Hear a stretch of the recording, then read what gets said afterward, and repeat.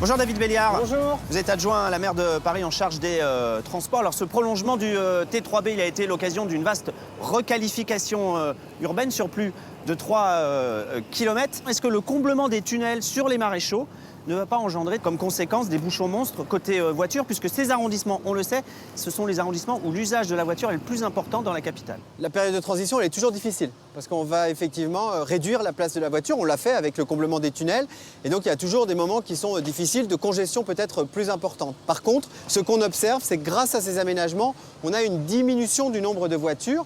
Alors ça peut être très contre-intuitif, mais lorsqu'on réduit la place de la voiture, on en diminue le nombre. Pourquoi? Parce que les gens font différemment, ils utilisent d'autres types de transports. Même si on a quand même des carrefours qui restent excessivement complexes. On pense par exemple à celui de la Porte d'Orléans. Venons-en aux 6,4 km de pistes cyclables qui sortent de terre à l'occasion de ce prolongement.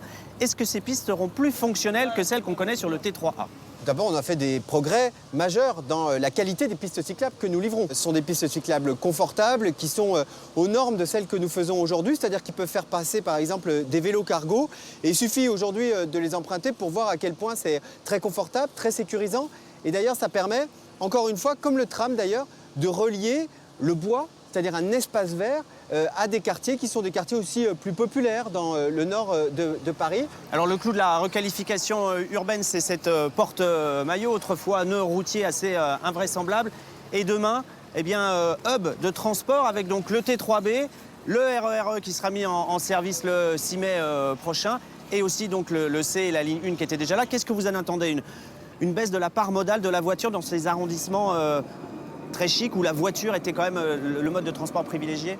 D'abord, ce que nous cherchons à faire, c'est effectivement à proposer des alternatives. Parce qu'on nous dit toujours qu'on diminue la place de la voiture et qu'on n'a pas d'alternative. Là, c'est l'inverse. Je pense que personne ne voudra revenir à un grand espace ou un grand rond-point.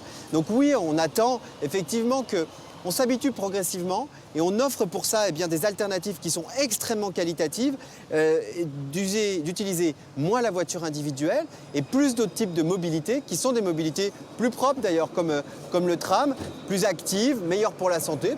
Alors aujourd'hui, il manque 4 km pour boucler la boucle de ce T3, donc entre les portes Dauphine et le pont du Garigliano. Quelles sont vos intentions, celles de la ville? Et y a-t-il un calendrier et un budget? Aujourd'hui, il n'y a pas de calendrier précis.